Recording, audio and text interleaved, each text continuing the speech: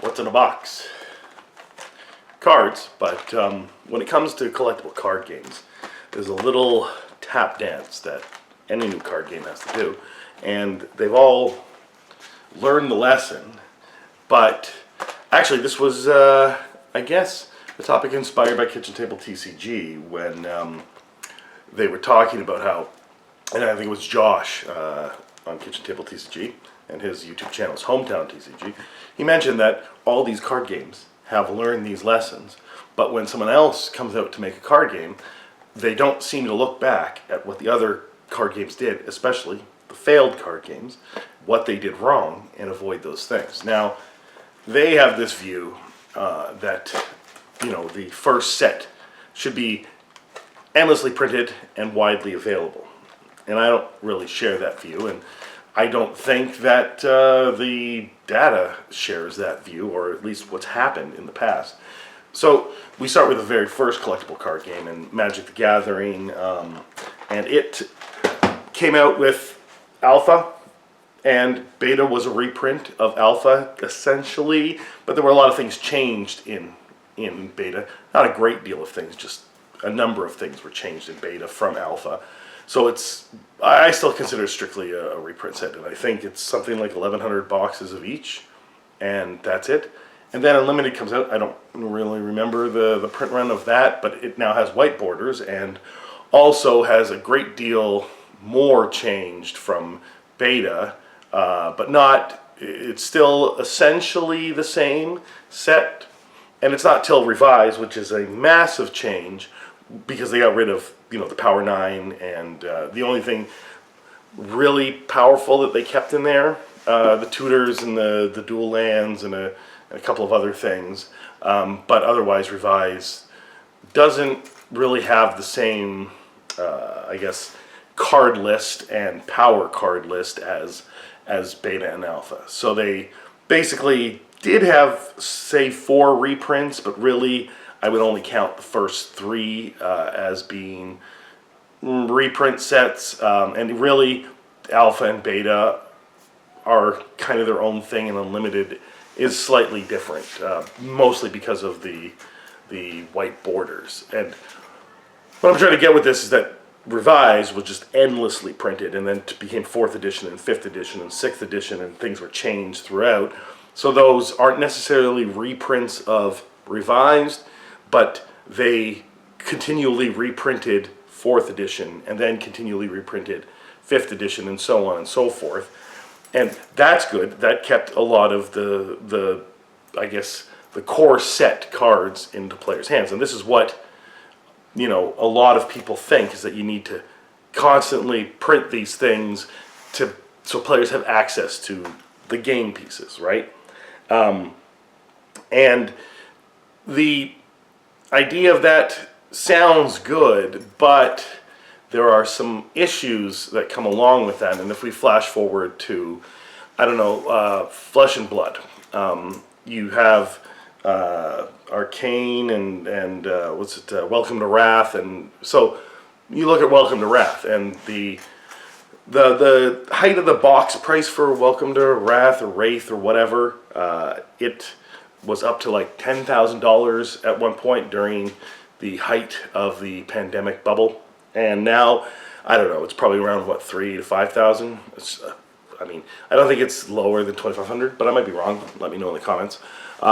Yeah, so you have the value of that box, and it's now difficult to get, and yet the game was thriving and growing in that period. Now, they came out with unlimited sets, which was great, and you know, I think they gave them white borders as well, much like Revised did, and that did get a lot of the Welcome to Wraith cards into people's hands, and I think a lot of these unlimited sets are still available at distribution, not all of them, and in fact they sat at distribution for a long time, and what really kind of stalled out Flesh and Blood, so it was on a really nice growth curve. It was, a lot of people were joining, a lot of people were starting to play Flesh and Blood, and then Monarch came out, and the overprinting of Monarch First Edition and of course unlimited.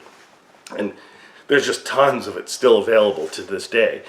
Really stalled out the growth of the game. Now, it didn't crash the game, destroy the game. It had the potential to do that, but luckily Legend of Story Studios made a bunch of good decisions, and reducing print runs were among those decisions, but there were other decisions that they made that they did quite well and managed to stop the destruction of the game, but they couldn't stop the stalling out of the growth. And I think the growth has now started to come back. Maybe it started to come back around Mistvale, maybe a little bit earlier, but for the longest time it was stagnating to shrinking, right? And now it's stable to growing a little, and that is due to managing their print runs. And you take a new card game and you overprint it, and you can destroy the game. And you can see some of that in Lorcana. It exploded at the very beginning, right? Even before the launch of First Chapter, there were a ton of people playing this game online because Disney has a huge following, and people like Disney, even people who aren't the Disney families, the people that are all into the Disney collectibles, they like Disney, and people who like collectible card games, a subset of them, like Disney. So a lot of those were on board with Lorcana when it came out. And their box prices went up. They never got to obviously the levels of Flesh and Blood, because people were aware of this game coming out, unlike with Flesh and Blood, where it kind of slipped out and some people were interested. And by the time they got to their third set, the original boxes were gone, and that's what caused the explosion in those box prices. But Lorcana had good growth and good, strong sales for First Chapter, and strong prices for First Chapter. Certainly above MSRP, and that's kind of what you want your game to be, is at MSRP or a little bit above, and then you know that it's stable. But then they overcorrected themselves, and they made a little bit too much Floodborne, and that would have been fine, but then they just dumped a ton of reprints of First Chapter on the market, and that stalled out the growth of the game. And in fact, I would argue that the player base has shrunk a little, not to a degree that it's going to fail, because it's gone through many sets and it's doing okay, but it could have been doing a lot better had they just not reprinted as much First Chapter. I think that if they had printed less, yes, people wouldn't have access to new boxes of First Chapter, and they might have to pay exorbitant prices for some of the best cards in First Chapter. And really, I mean, they could have taken some of those cards that were the staples and added them to a later set. I'm not sure if they did, but if they did that, then there was no point in reprinting First Chapter, as long as you take the staples that players actually need, and not necessarily the really expensive collectibles. Like if they were utility driven cards, then yeah, sure, reprint them in another set, in several other sets. In fact, that would increase sales of the future sets. But what happened with Lorcana was that by was it Shimmering Skies, whatever the third set was, and this seems to be a thing with collectible card games, is that their third set is sort of make or break. And luckily, they made it by the skin of their teeth. But the sales of Floodborne had already started to atrophy because of the extra First Chapter thrown on the market, and people were,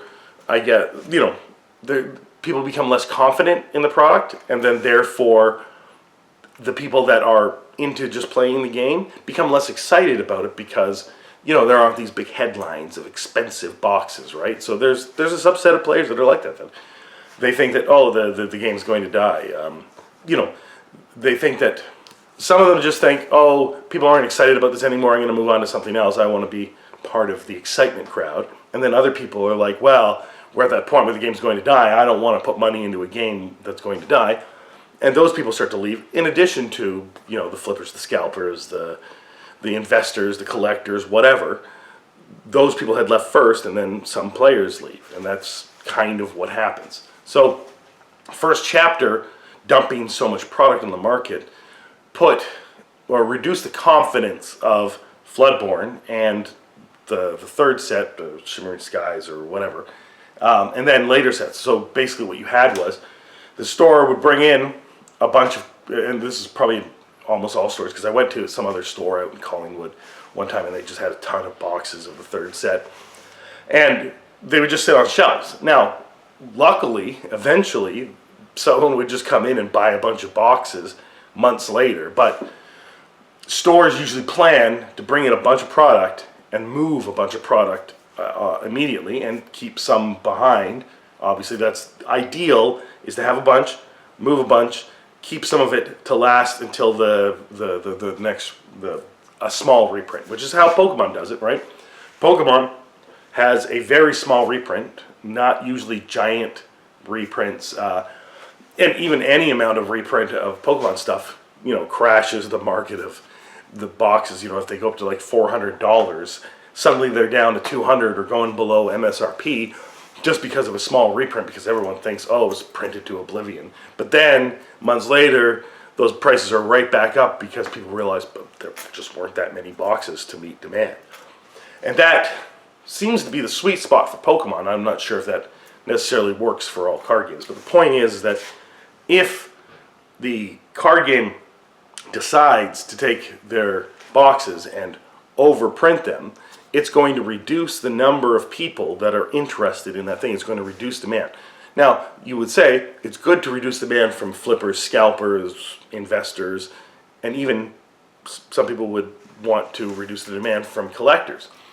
But they are just part of the ecosystem. They're just a byproduct of what's happening, because once those people leave, then there's the subset of people who are just interested in playing the game, who are now less interested in playing the game for various reasons. And you can stall out the player base to no growth, to atrophying, and then eventually to everyone just abandoning the game. And you can definitely see this with Star Wars Unlimited, and I guess every Star Wars CCG that's ever come out. And Star Wars Unlimited, you know, overprinted their first set and all their sets, really. They went whole hog on that, and they did basically what's the opposite of One Piece. I haven't really carried that much One Piece because it was difficult to get, and there weren't that many people in this area necessarily asking for it, and I wanted to concentrate on the things that people were definitely coming to the store for. So I kind of didn't worry about not being able to get One Piece, but Bandai apparently had the habit of just constantly overprinting and destroying their card games, and the one time they didn't was One Piece. And in fact, they were able to use One Piece to basically move product of other things that they couldn't move because they had overprinted them. And that kind of, I guess, saved that part of the company, the collectible card game part. And One Piece has managed their print runs quite nicely, and they have had reprints of their sets, but they're small reprints, much like Pokemon. So I guess some companies are paying attention to what else has been done and learning lessons, but some other times that doesn't happen. And you will have noticed this with any of the collectible card games that started recently. Almost all of them have failed because they overprinted their first few sets, and they didn't look at what had happened to other collectible card games, and they thought they could get by, right? Now, I guess a special case is Sorcery, because they're only doing one set a year, and so the reprints of Beta, and they haven't, I wouldn't say that they've really over reprinted Beta. I would say they printed less, you know, Beta than obviously Lorcana printed first chapter, which is good because Sorcery is a smaller game. But it can also fail for that reason. But luckily they're not inundating people with sets in addition to overprinting them, right? So it took a while for people to move their Arthurian Legends, and there's some people that haven't managed to move their Arthurian Legends. And I guess we'll see what happens with Gothic anyway.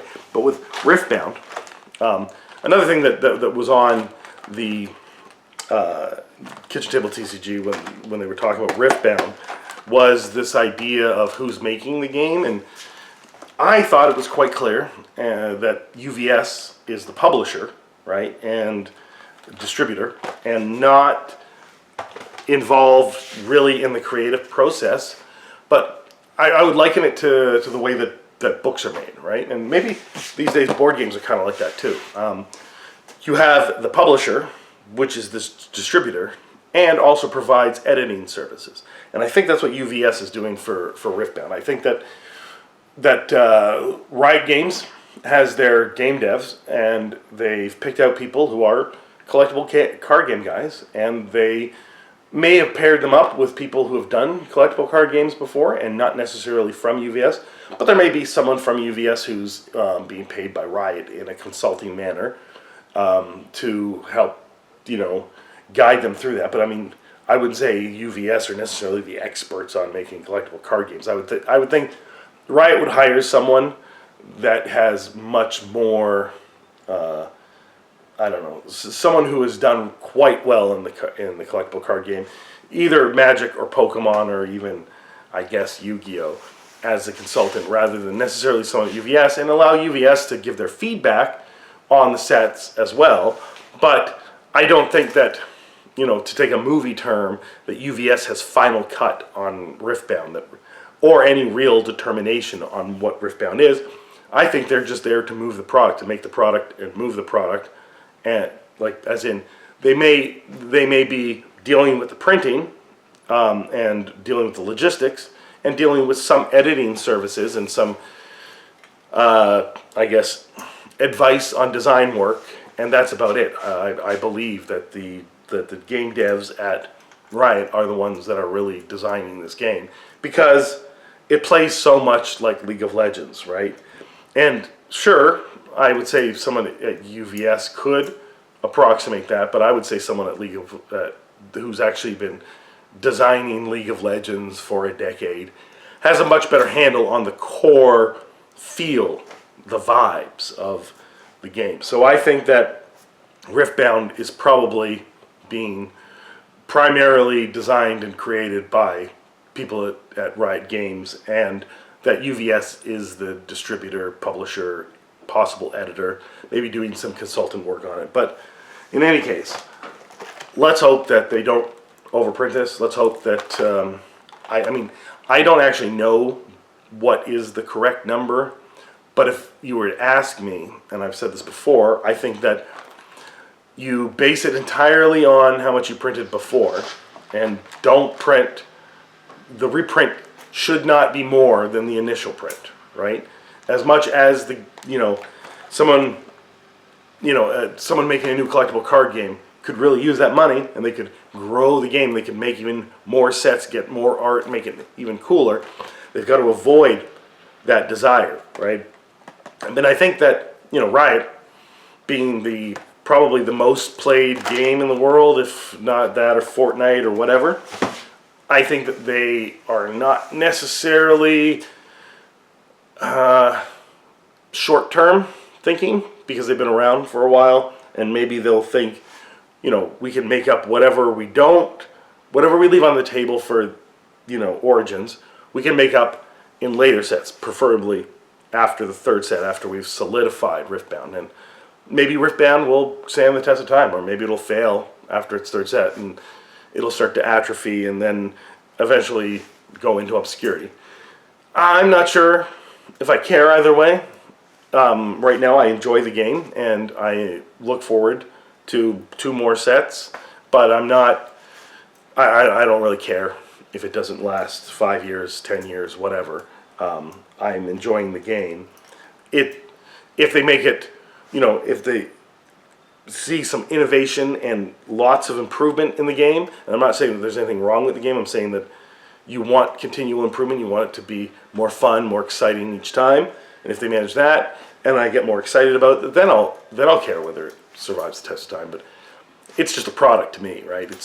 It's not, I'm not tied to whether something succeeds or not. I mean, obviously, Magic the Gathering failing would be, devastating for almost every single game store, including my own. If Magic the Gathering failed, well then you would just see a ton of stores just close down. But Riftbound is a bit of a hiccup unless someone's really hitched their wagon to that, and I don't think anyone should at this point. But anyway, what do you think? What do you think they should be doing with this these boxes? I mean, there's a little bit of a re-up recently. We got some more. This is where this box comes from. And they really got to improve the quality on the cutting, and they know that. And apparently there's some issues with how many rares are in a box because of collating or whatever, and they got to figure out those issues. And that's why they should just move on to the next sets and not reprint too much of it, right? They should just concentrate on improving what they've done so far, which is pretty great, and not worry so much about getting Origins into the hands of players. They'll find a way to get it, and they can buy singles on the secondary market, and eventually there'll be more sets, and then there'll be a standard rotation, and Origins won't be part of that rotation anymore, and you won't have to worry about expensive cards from Origins and your decks being expensive. So I just think that it's shown throughout, I don't know, since '93, since Magic the Gathering came out, that these games can't overprint, or else they run the risk of completely destroying themselves, and then you don't have new sets to play, right? I mean, you'll have the original sets, sure, but you won't, there won't be people at your local game store to play with, because there just won't be enough players, right? And if you want to be able to play at your local game store like you do every Friday night with Magic the Gathering, you got to make sure that the game stands the test of time. But if you don't care about that, if you just play it at your kitchen table, well, then you don't care, and then you just want them to print as much, right? But the game makers themselves, they need to be able to be stable and profitable. So this is, I guess, more advice for them than people that are looking to get Riftbound cheaply, right? And there will be a reprint, so don't go out and pay exorbitant prices. Just look back at the price charts, if there are any, for Lorcana first chapter. Maybe it won't go down to MSRP. Maybe it'll go below MSRP. Maybe it'll be slightly higher than that. But if you wait, you won't have to pay triple the price or quadruple the price, right? And if you get in now and you wait and then you get your boxes, people in the future that may be watching this video, unfortunately, if they did it right, then they didn't print anymore. They didn't do multiple print waves, and now it's hard to get Riftbound again. But you'll look forward to the time when Origins is not part of their standard rotation. And if they actually end up with a standard rotation, that means they managed to survive the first few years. So that's pretty good. Anyway, let me know what you think in the comments below, and have a good day.